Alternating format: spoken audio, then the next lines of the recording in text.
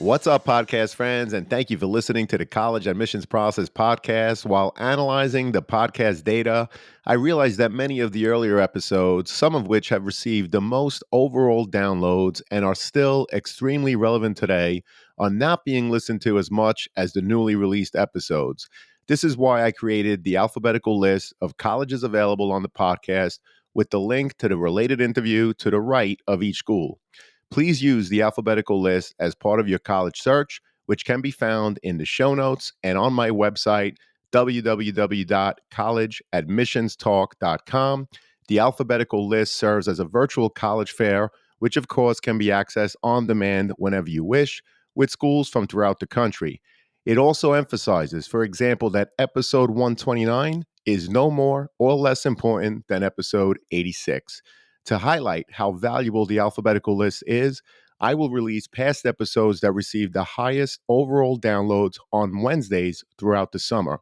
Please share the alphabetical list with anyone you think may benefit, as it has proven to be such a valuable tool for so many listeners. For today's episode, you will hear from Christoph Gutentag, who is the Dean of Undergraduate Admissions at Duke University. Christoph spoke in detail about how Duke reviews students' transcripts, the percentage of students who apply test optional and that are ultimately admitted, while giving great insight into their yield, the 5 different aspects of their overall application rating system, and so much more. So, are you ready? Let's talk about it. Welcome to the CAP, the College Admissions Process podcast. I am your host, John Durante, and it gives me great pleasure to introduce to you today Christoph Gutentag, who is the Dean of Undergraduate Admissions at Duke University in beautiful Durham, North Carolina. Christoph, thank you so much for being here today. This is truly an honor. How are you? John, thank you so much for the opportunity to join you. I've been listening to your podcast. I think they're terrific. I love the guests that you bring onto the show and the insights that they have. So I'm really flattered that I was able to join you, and we are doing great. Well, that's terrific. And again, I am flattered and honored to have you. So let's get right to it, Christoph. Let me ask you the obvious. What is it about Duke University that makes it so appealing for so many students to want to apply and ultimately attend? Thank you. Yes, and we're lucky to be a place that is attractive to a lot of people. Duke seems to be one of those places that just seems to have everything. The students are bright and they're engaged. They're faculty who are at the top of their fields. It's a beautiful campus. The people are nice. It's a place that people like to be at. There's a strong social element to it. The students like to get involved in activities. Obviously, we're a Division I sports school with just an incredible school spirit. So it's one of those places that seems to have something for everybody. It's a diverse place. We get students from all over the country, all over the world, from all kinds of backgrounds. There are a couple of things that I think make it particularly attractive, and one of them is that there's an interesting combination of the students being ambitious and supporting each other. That they've been successful, they want to be successful, they expect to be successful, and yet they're not competing against one another. They support each other in large ways and small ways. They feel comfortable studying together. They feel comfortable sharing notes. They feel comfortable helping each other out if somebody's having a problem or somebody's finding something difficult. So that atmosphere of the students supporting each other, even as they all aspire to success, I think is part of what makes it appealing to so many people. The second thing that I've noticed as I have gotten to know the faculty, one of the things that really strikes me is that the faculty like to elevate the students, and they enjoy watching their students learn. They enjoy watching them get better. They enjoy watching them sort of develop these abilities and these talents that they've had that at the university they just grow. So it's the excitement and the support of the faculty in the growth of the students, uh, that I think is striking. I think Duke likes to say yes to students. It's a place that likes to give students opportunities and listens to them and listens to their ideas. It's a place that is open to change. It doesn't feel like we always have to do things the way they've been done in the past. I like that. It's part of what's kept me at Duke is the institution's willingness to be open to new ideas. And then the final thing is there are these kind of nooks and crannies of Duke that I constantly learn about, that that are just where really exciting work is going on, really exciting opportunities. We've got, just for example, I mean, these are just things I put together this morning. We have a great quantum computing center. We've really invested in quantum computing. There's an interesting project that I just learned about called Black in Blue. It's a sports and race project that looks, which I think is very appropriate for Duke, that looks at the intersection of race and sports. That includes classes, it includes lectures. It's a really interesting program that I'm just learning about. And then we have programs like Duke Immerse, where a group of students can spend an entire semester taking 4 courses together, exploring an area in depth. All of these things are just great opportunities for some students, and other students find other things. So there's a lot that we offer at a beautiful place with a lot of energy and a lot of spirit. Well, we appreciate that. It's a beautiful campus with tremendous programs, some of which you've touched upon, but also you have bright students who are diverse in terms of a student body. And I love how you talk about that.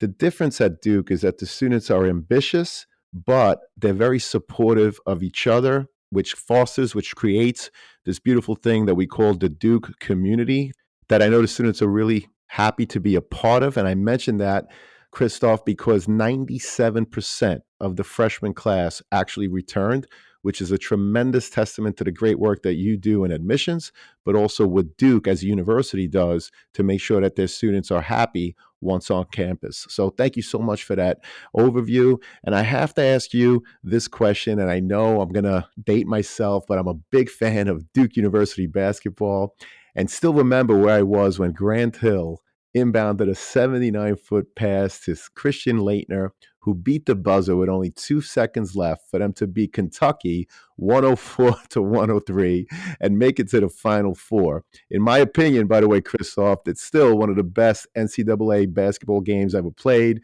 But I have to ask, as the Dean of Undergraduate Admissions, do you actually go to a lot of the athletic events, and do you work with the athletes on their overall recruitment process? And how does the process differ for student athletes?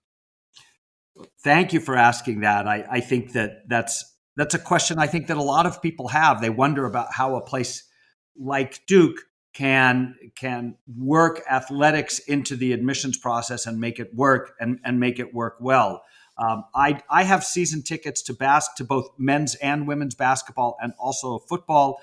Those are the sports that I attend the most often. Although I've just recently I went to a great women's soccer game. There have been a number of athletic events that I've really enjoyed going to. Women's volleyball, there are all kinds of sports, as you know, fencing. So here's how the process works at Duke for recruited athletes. They apply using the same application, but the timing of the admissions process for recruited student athletes is different, because there's the signing period for the NCAA. There are these recruiting periods that are different for different sports. So there are a couple of things. One, we are flexible with respect to student athletes and the timing of the process. They still use the same application as everybody else does, but we have a little bit of flexibility when it comes to the timing of the process. But more importantly, every recruited student athlete is vetted by the admissions office. There are 4 or 5 of us in this office that work directly with each of the coaches, and we review with the coaches the information about the students that they are interested in recruiting, and we actually have the say in whether it's okay to recruit a student or not recruit a student. And coaches will bring us information about the students, and we will make a decision whether it's okay to recruit the student or not okay to recruit the student. Once we give the okay and they can continue to recruit the student, they can offer that student a scholarship. The student still needs to complete and submit an application with all of the parts that every applicant submits, and then we read the application at that point. At that point, generally, we know enough about the student that we're comfortable with the decision that we're going to make. But it all comes through the admissions office. I want to welcome back Sean Patel, who is the founder and CEO of Prep Expert. He's a Shark Tank entrepreneur making a deal with Mark Cuban back in 2016. Sean, welcome back. How you doing today?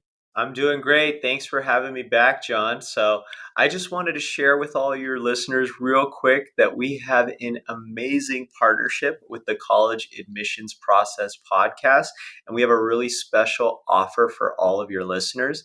So, for any listener who wants to enroll their student into one of our Prep Expert SAT courses, ACT courses, or one-on-one tutoring programs, you can get 30% off just for being a listener of the College Admissions Process podcast. All you need to do is put in the promo code College Talk, one word, just College Talk, and that'll give you 30% off all Prep Expert SAT courses, ACT courses, or one-on-one tutoring packages. Make sure you use the link in the show notes of the College Admissions Process podcast. Thank you, Sean. We really appreciate it. To our listeners, as an affiliate partner with Prep Expert, I want to be transparent with you that for every purchase made, the College Admissions Process podcast will receive a small commission from Prep Expert. But rest assured that we only promote programs that we believe in and feel would benefit our listeners. For more information, please see the Prep Expert affiliate partnership link in the show notes. And now let's get back to the show.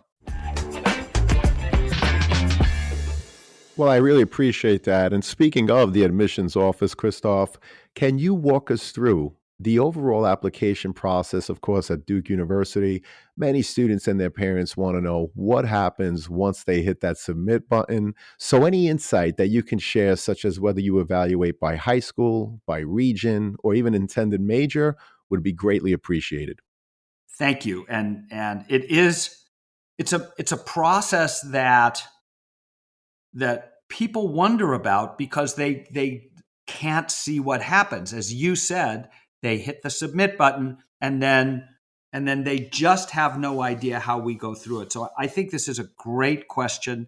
We have a process. Once the application is complete, once all of the parts of the application that have come from various sources come to us, are put together, and the application is complete, at that point, the application is read from beginning to end by one of a group of admissions officers who work in a particular region.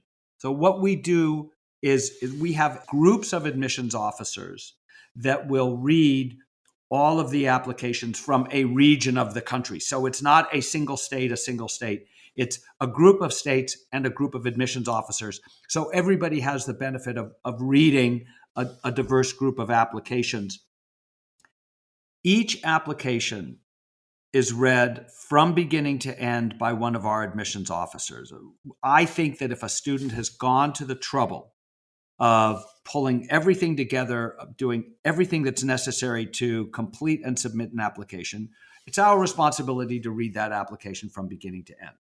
At that point, once an application has been read by one of our staff, at that point, some of the applications, maybe about half of them, go on then for further review. And at that point, they receive two more reads. One from one of the readers that we hire annually, who are generally experienced secondary school or higher education professionals who often have retired and want to stay in the field, stay in the discipline, and then they're read again and evaluated again fully by one of our regional admissions officers. At that point, now the application's been looked at 3 times by a minimum of 2 people, and then again, some of the applications are so compelling at that point that they get an additional review by myself or a senior staff member, and quite possibly are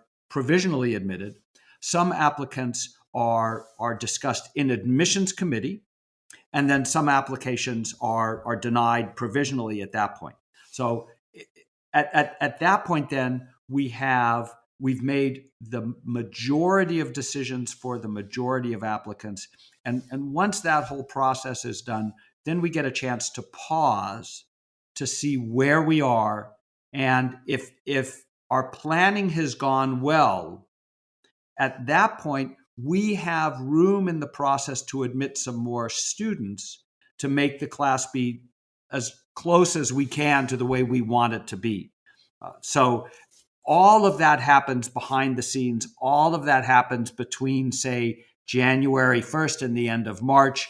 We change decisions. We feel comfortable changing decisions. We feel comfortable reevaluating students. We feel comfortable asking for more information if we need it. But there's a sequence of events, a sequence of reading, and then at the very end, we take a look. We see if everything makes sense to us. We make sure we have a good group of students on the waiting list, and then we post our decisions for regular decision around the end of March. Well, I appreciate that. And Christoph, just to dig a little deeper so that we understand the process, with more applications from deserving students, of course, at Duke University than the seats that you have available, how do you determine the percentage to accept, deny, and even waitlist in your process again when you probably, if you look at the next 20% that were denied, they're mid 50% range in terms of their GPAs and their SAT or ACT scores, probably not that different compared to the students that you admitted. So I guess what I'm asking is, how do you determine how many to admit and who to admit when you have so many solid candidates applying? John, it's a great question, and it's we are so fortunate in having so many, not just qualified but well qualified, appealing, and not just appealing students, appealing people who want to be a part of this community. And we, it's a challenge obviously making those decisions, but we consider ourselves very fortunate to be in that situation, and it's one of the things I like to remind my staff about, that how lucky we are and how fortunate we are. Let me answer your question in 2 parts. In terms of the number of students that to admit, I work closely with our director of institutional research, who is just so smart and so knowledgeable and so experienced in this.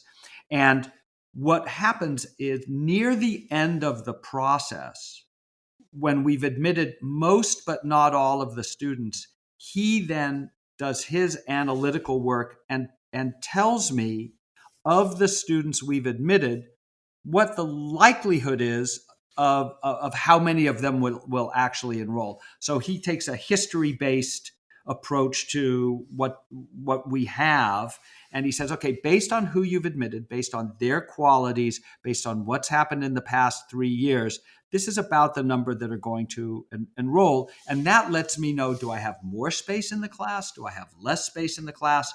How, how many more students can we admit? And whether it's in the School of Arts and Sciences or the School of Engineering. And then we have an iterative process where we will make some more decisions. He will rerun the data, and then he tells me, okay, now you've got X number left, or now you've got Y number left. And then we do that over the course of about 5, 6, 7 days. until we're close enough to post our decisions. We, of course, never know exactly what students are going to do. We never know where else they're going to be admitted. And so we like to have a waiting list that is large enough so that regardless of whether we need engineers, humanities students, social scientists, whether we need students from close by, from overseas, from other parts of the country, regardless of what we need to finish the class, that there will be students on the waiting list who are appealing, who are there to be admitted. The difference between the students that are admitted and the students that are placed on the waiting list, there's essentially no difference. There's no meaningful difference certainly in terms of their qualifications. We just have the necessity and the luxury of picking some of the outstanding and highly qualified students. The qualities that we look for when we're making our decisions tend not to revolve around academics. What we find is that a lot of students have very strong academic credentials, and we don't make fine distinctions between small differences in academic preparation. I think sometimes students and I think sometimes parents worry about, a 1/100th of a grade point average or 1/10th of a grade point average, or they worry about the difference between an A and an A minus in a single class in the sophomore year. Those distinctions, those small distinctions, are really meaningless to us. We have the luxury of having very highly qualified students apply. And when we are making decisions, when we are making distinctions, it is very rarely on an academic basis. It tends to be about the sort of things that a student is interested in, the kinds of activities that they are involved in, and more importantly, their ability to have a positive impact on the things that make a difference to them, their ability to make things better, their ability to improve something around them. And what that something is up to them. We don't make a judgment about what they should or should not be involved in. What we care about is, do they think well? Do they contribute to the community? Do they contribute to the classroom? Do they make something better? And do they treat other people well? Well, I really appreciate that you talked about that the distinction sometimes is not about academics, but it's actually about the ability to have a positive impact outside of academics and to prove that you're willing and able to be a contributor. And whatever that is, whether they're athletes, artists, humanitarians. So, again, Christoph, I really appreciate that distinction. I was also curious because you kind of touched upon it. Your yield percentage from year to year, does it shift much at all? For those listening, what I'm asking about is, in other words, the percentage of students that are accepted that will actually attend. What a great question. Does it change from year to year? A little bit. It'll change a percent, maybe 2%. A 2% change in yield from one year to the next would be a lot. And we don't see that. We don't see that level of change. Uh, it's interesting. Every year, it's a completely new applicant pool. That's one of the interesting things about what we do is every year the entire group of applicants is a completely new group of students compared to the year before, and yet in the aggregate their behavior tends to be relatively consistent. So if the qualities of the applicant pool, the distribution of the applicant pool, the preparation of the applicant pool is pretty much the same from one year to the next, and if what our peer institutions are doing is pretty much the same from one year to the next, then the percentage of students accepting our offer of admission tends to stay pretty much the same from one year to the next. Little things change, and it'll change a little bit here and there. But for the most part, it's relatively consistent, with which lets us have a good amount of confidence that we're admitting the right number of students, especially since we have the waiting list available to us. If we want to admit some more students. Personally, I enjoy admitting some students from the waiting list for any number of reasons. So we tend to under admit just a little bit. We tend to admit just under the amount of students that we think we would need to enroll the right size class, because it gives us the opportunity to admit some students from the waiting list. Well, we appreciate that. And I was curious, what is the yield percentage generally at Duke University? Right now, our overall yield is about somewhere between 55 and 57%. Thank you so much, Christoph, for sharing that. I appreciate it. And speaking of the applicant pool, what is the average profile of the current freshman class in terms of GPA and any other related data you collect, such as SAT or ACT scores? GPA is such an interesting measure because it's so different from school to school and school district to school district and from state to state, and then certainly from country to country.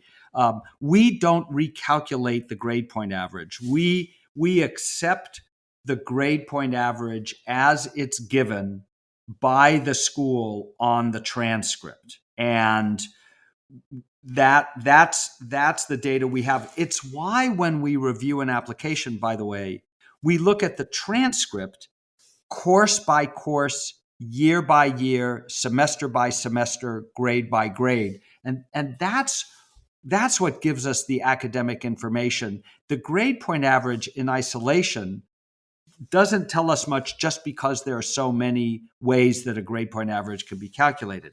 In terms of understanding a whole group of students, grade point or a school grade point average may be useful in that respect, but between and among schools, it's not terribly useful. The overwhelming majority of our applicants uh, have graduated in the top 10% of their class. The overwhelming majority of the students who enroll, probably in the top 2 to 3% of their class. We're just lucky to have that as our applicant pool and as the students we're able to admit. Among the admitted students this year, the middle 50% of SAT scores of the students we admitted was 1520 to 1570. The middle 50% of ACT scores was 34 to 36, if I'm remembering that correctly. These are students that tend to be smart students that have worked hard and are well prepared. Well, we appreciate that, of course. And what are the different ways a student may apply to Duke University? And Christoph, is there a benefit to applying one way over the other? Well, first of all, there are two applications that students can use: either the common application, which is what most students use, and also the coalition application. Uh, it does not matter to us which application a student uses. It's entirely up to them. We treat them exactly the same. In terms of programs, we have one early decision program and we have one regular decision program for our first year students. So we have a binding early decision program. The deadline is for applying is November 1st. We typically give students their decisions in the middle of December, sometime by the 19th, somewhere between the 15th and the 19th is when we like to post decisions. It depends on how many applications we've received and our ability to read them in that relatively short time frame.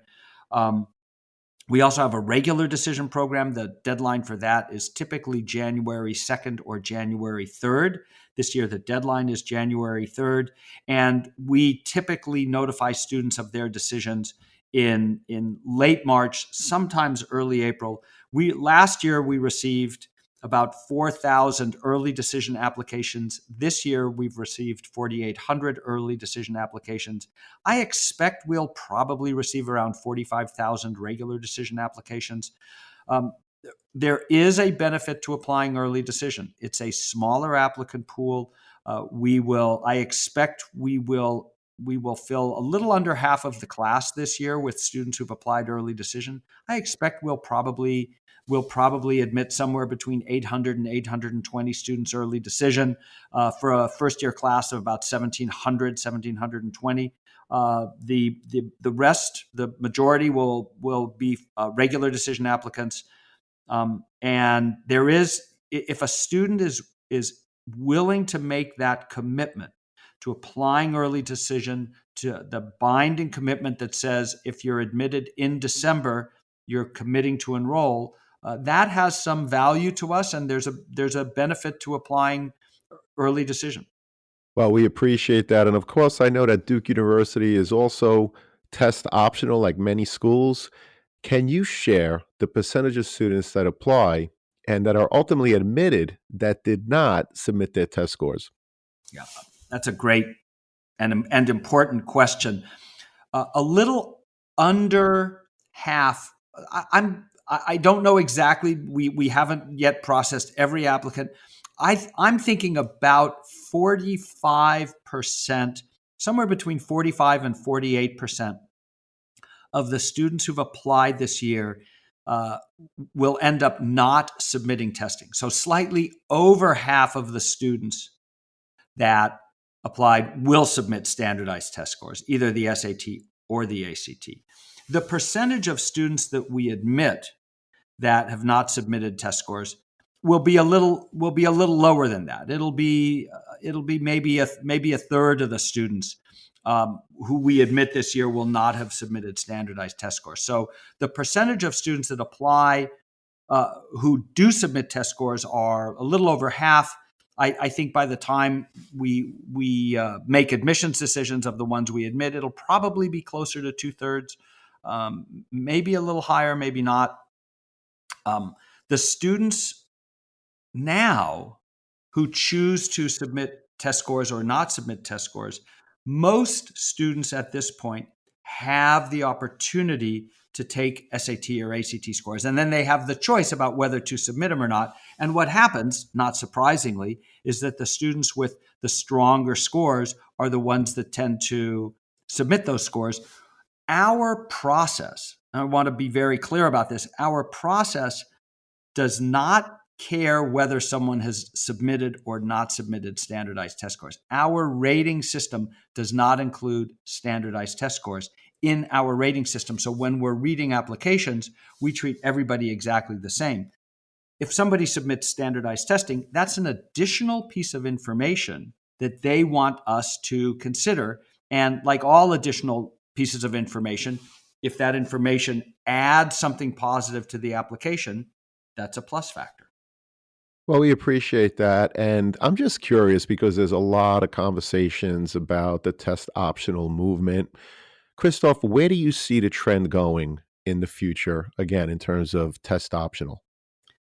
I think it's going to be very interesting to see what happens over the next 2, 3, 4 years as students who have and students who have not submitted standardized test scores go through college, and colleges will have the opportunity to see how students who don't submit test scores and how students who do submit test scores, how their path through college is different, if it's different at all. And we will just have to wait and see what happens. My guess is that most colleges that are test optional now will remain test optional in the future.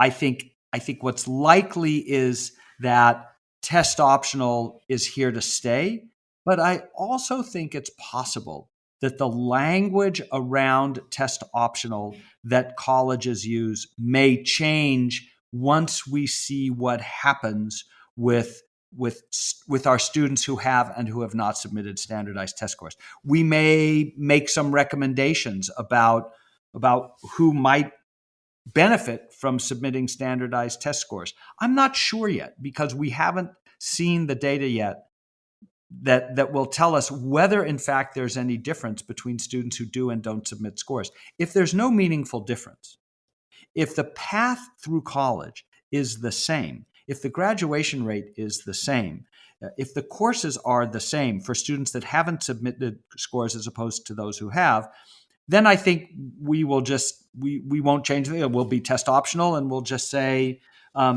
submit them or not submit them. If there's a difference, then I think colleges will be in an interesting position to make suggestions to students about who should or shouldn't submit test scores. But I think we're just going to have to wait probably about another 2 years until we have any sense of that at all. Well, I appreciate that. And a moment ago, I believe you mentioned that standardized tests are not part of your rating system in terms of being a part of the overall application process. Christoph, can you share with us what is, in fact, part of your rating system? Absolutely. We give 5 ratings. We use a scale of 1 to 5, 5 being high, 1 being low, and we evaluate 5 different parts of the application or 5 aspects of the application. The first is the strength of the student's curriculum within the context of what's typical at their school. When we consider a student's curriculum, we consider it within the context of what's available at the school and what the good, strong students at that school typically do. So that's one rating. Then we give a second separate rating for their academic work, how well they do in those courses, the grades that they've received. There's one rating for the strength of the curriculum, as I mentioned, one rating for the grades. The third rating is for the recommendations from the school. That includes the counselor's recommendation and the 2 teacher recommendations. And if we have an alumni interview report, that will be part of that rating as well. So we have the recommendations rating. Then the extracurricular activities, what they do outside of class, is the 4th rating. And the 5th one is the application essay. Curriculum, grades, recommendations, activities, essay. Those are the 5 things we rate, all on a scale of 1 to 5. That's fantastic. Thank you so much for sharing that, Christoph. We really appreciate the insight. And recently, I received some emails from parents whose children are actually homeschooled. Can you offer them any insight in terms of how the application process differs for their children who may be homeschooled? One of the things that I've seen in the time that I've been working in admissions, which has been a good while, is the increasing number of students and families who are homeschooling. And it's a good choice for some families that feel that that's the most appropriate thing for their children. We leave the decision about what school to choose or whether to homeschool entirely up to the families. The main thing is we treat the application exactly the same if someone's homeschooled or not homeschooled.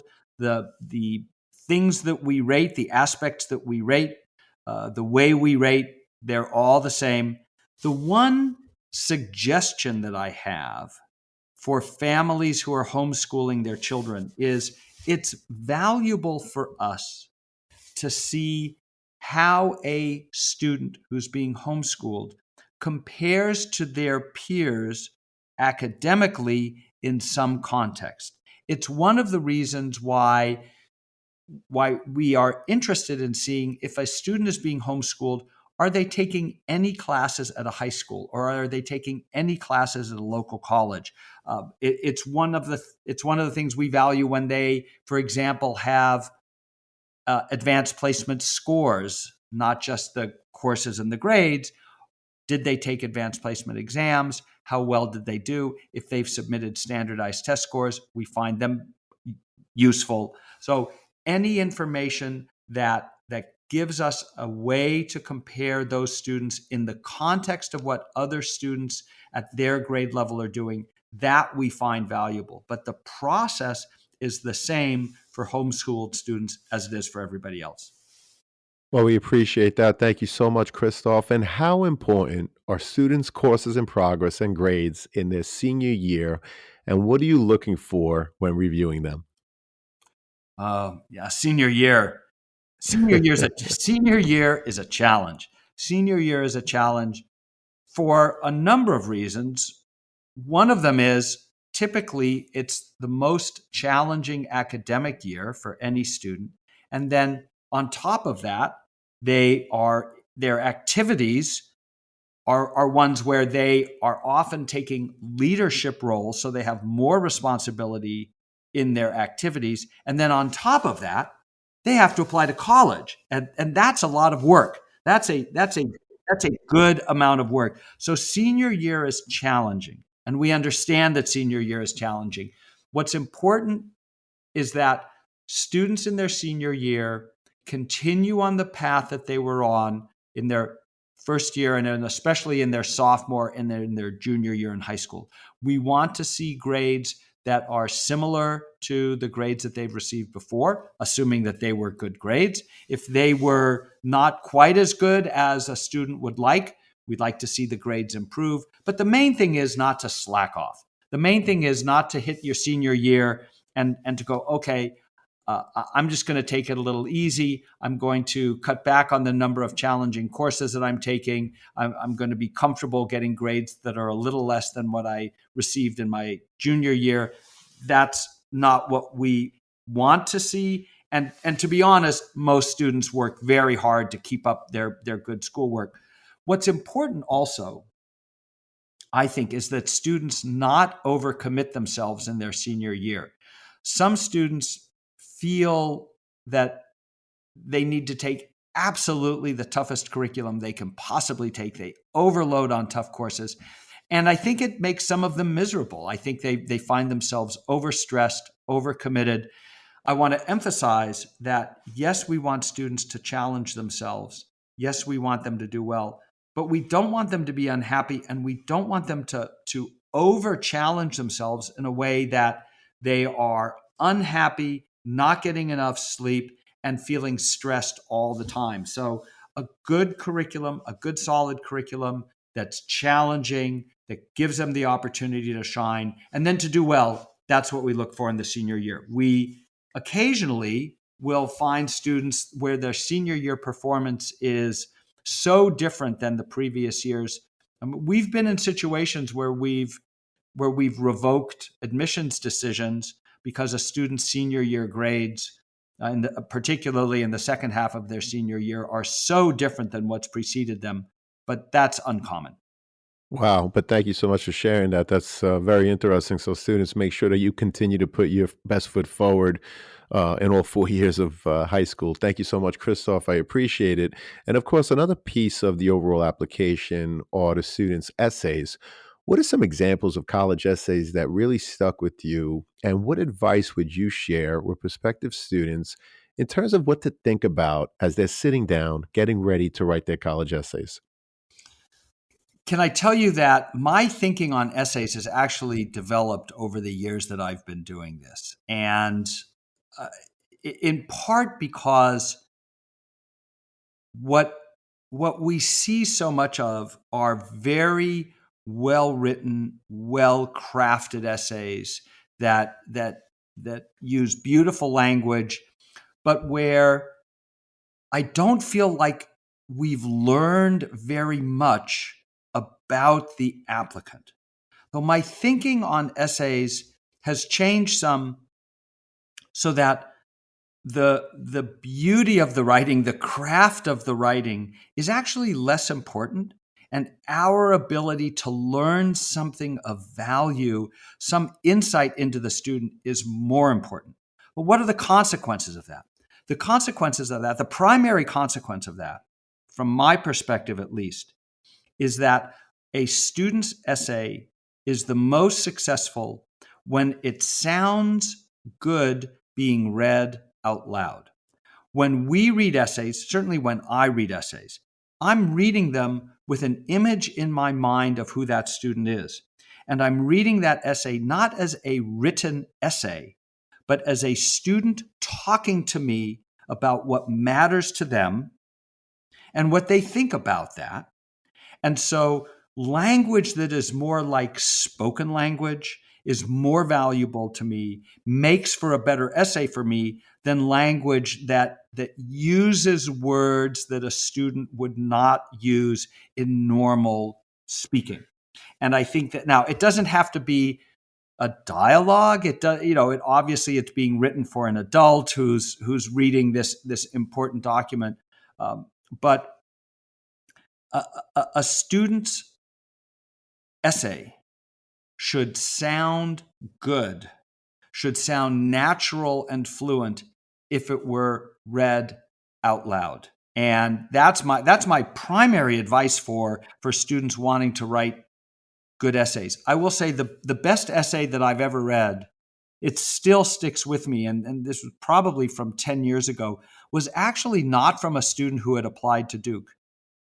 She applied to and enrolled at the College of Holy Cross, and she and I had the same guitar teacher, and she would take her guitar lessons after I had mine. So we got to talking, and I once asked her if I could see her essay, and that I'd be happy to give her some advice.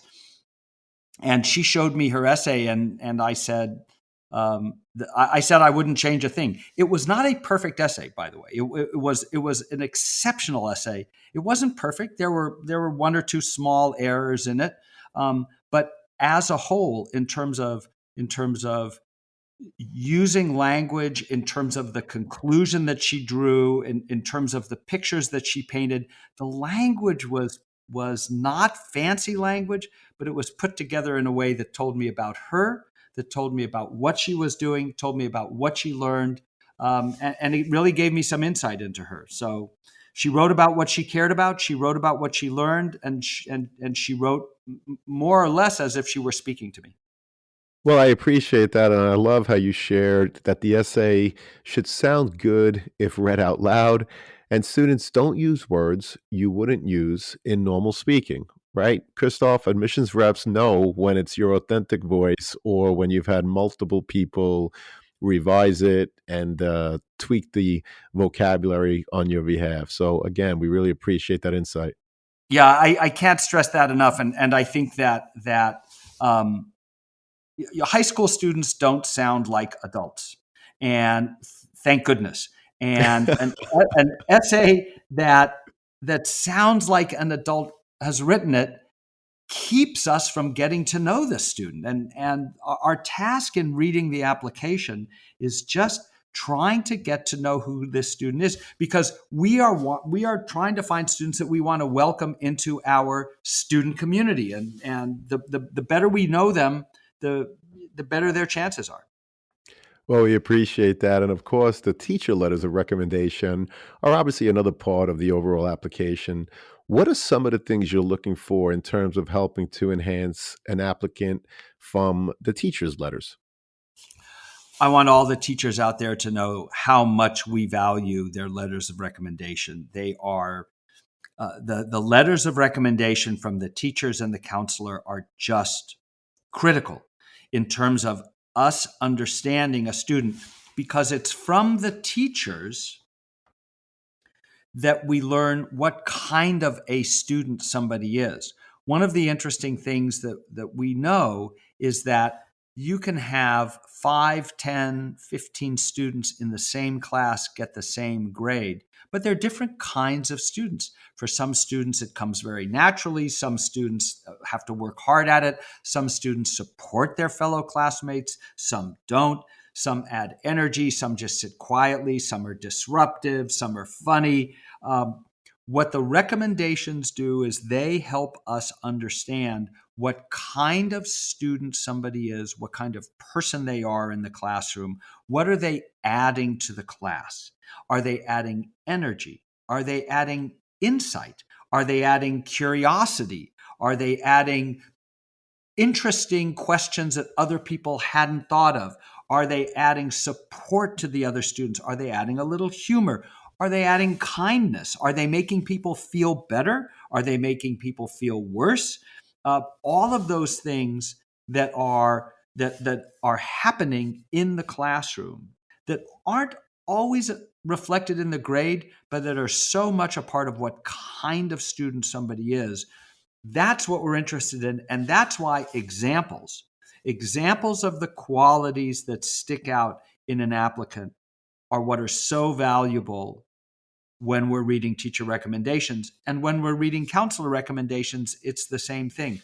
what kind of person is this in the school community? What kind of impact have they had in the school community? And what are examples that show us that kind of difference, that kind of impact? Well, that's great insight and great examples. I really appreciate that, Christoph, more than you know. And of course, another piece of the overall application is a student's activity sheet. What kinds of things, Christoph, are you looking for beyond the work that they completed in a classroom? I think that a lot of students spend a decent amount of time thinking about what we're looking for. And I will say that even my own child, when he was applying to college, uh, he was pretty good at doing the things that he was interested in. But every once in a while, he would ask me how something would look to the admissions officers reading his application. I want to say a couple of things. One is there is a word that we don't use in the admissions process because I think it's overused currently, and that's the word passion. I think students sometimes feel as if they have to have a passion, as if they have to have one thing that is the center of all that they do, and that is the most important thing to them. And some students have that. Some students have something that their whole extracurricular world revolves around. I think a lot of students don't. And students that are interested in two or three or four or five things, students that have a wide range of interests that don't hang together. They're just interested in a bunch of different things. They spend time with different groups of friends because their different friend groups are interested in different things. That's perfectly okay. That's entirely acceptable. It's just as good to be a person with a lot of interests as it is to be a person that has a small number of interests. I think students are different. Everybody's unique. Everybody's got the things that they're interested in. So what we care about is not how many things you're interested in. What we care about is what matters to you. What do you care about? What's important to you? What have you done about it? What kind of commitments do you make? And then, are you making something better? Are you improving something? I think that sometimes people feel that they have to create an organization or found a nonprofit organization, that's their way of showing commitment and impact. My sense is it can be more difficult, more challenging, more rewarding to take an organization that already exists, a club that already exists, and to make it better, to change its direction, to have it have more impact. You don't have to create something new. What we look for, again, is what matters to you. What do you care about? What things do you care about? What are you doing about it? Are you making something better? Are you making people feel better? Well, that's fantastic to talk about what matters to you, not necessarily feeling that you have to create something new, but perhaps become a part of a club and talk about what contributions you gave to that club. How did you make it better? I think that's great insight, Christoph. This has been a phenomenal conversation. Unfortunately, it leads us to the last question, which is what are your top three pieces of advice that you would give a student and their parents who are getting ready for the college admissions process? Thank you for asking that question. And I think that it's a challenge for students. It may be even more of a challenge for their parents. As parents, we care so much about the well-being and the success of our children, and uh, we want them to do well, and more importantly, we want them to be happy. So I have some advice for parents. The first piece of advice for parents is if there are boundaries that you are going to be setting for your child in terms of the kinds of school that they can attend, whether it's distance from home, whether it's the cost, those sorts of things. If there are limitations on the kinds of places that your child can attend, and there should be as few of them as possible, by the way. But if there are constraints, put them on the table, ahead of time at the beginning of the process, not at the end of the process. Put whatever constraints you've got at the beginning of the process. And then once that's done, let your child choose the college that they attend. This is their decision. It is their life. We all had our chance, and now it's our children's chance. Whether a school is right for them is all that matters. If it's a school that we would or would not have wanted to attend is really irrelevant. It's our children's opportunity. So any constraints that you're going to set them ahead of time, and then let students choose within that afterwards. Let them make that decision. The second advice for parents is to take the long view. Sometimes we as parents get wrapped up in the happiness or lack thereof, or the disappointment of our children, and we amplify that. Especially if they're disappointed, we tend to amplify that rather than take the long view to say, in the big scheme of things tend to work out. And going to a particular college or not a particular college is not nearly as important. In fact, it's not all that important at all. And what's much more important is, what do you make with the opportunities that you've been given? So the degree to which parents can take the long view to understand that this is your child's decision, not your own decision, and let your child choose what's right for them. I think that's my second piece of advice for parents. For students, the piece of advice that I have is to make sure you've got good reasons for why you're applying to every college on your list. And I know that some students apply to a good number of colleges. A good list includes colleges that you're pretty certain you're going to be admitted to, and some colleges where you've got a chance you're going to be admitted to, and some reach colleges, all of which is appropriate. But make sure that every college on your list is one that you would be happy to attend, that you've decided is a good match for you, and that you've got good reasons for wanting to go there. I think that's critical. And then regardless of where you're admitted, you've got good choices. And I think that just makes the whole process work better. In the end, everything's going to work out. I was actually listening to a presentation by a Duke alum who is a former staff member in our office, who was talking about, she came to Duke. She did not get into her dream college. She had a dream college. She didn't say what that dream college was, but it wasn't Duke. She didn't get into that college. She came to Duke, and she was talking not only about how exceptional her Duke experience was, she talked about how transformational it was to go to Duke. And she said, I can't imagine going anywhere else. So in the end, where she landed was the right place for her, even though at the time she didn't think it wasn't her dream school. So things tend to work out for the best. They tend to work out very well. And the students are resilient. They are positive. They know how to take advantage of opportunities, and they end up landing very, very well. Well, Christoph, those are tremendous insights and great pieces of advice. I cannot thank you enough for this awesome conversation. It was an honor to have you. I really hope to have you again. And I'm so happy because I know that this conversation is certainly going to help so many students and their parents. Thank you so much. Thank you for the opportunity to have this conversation. I completely enjoyed it.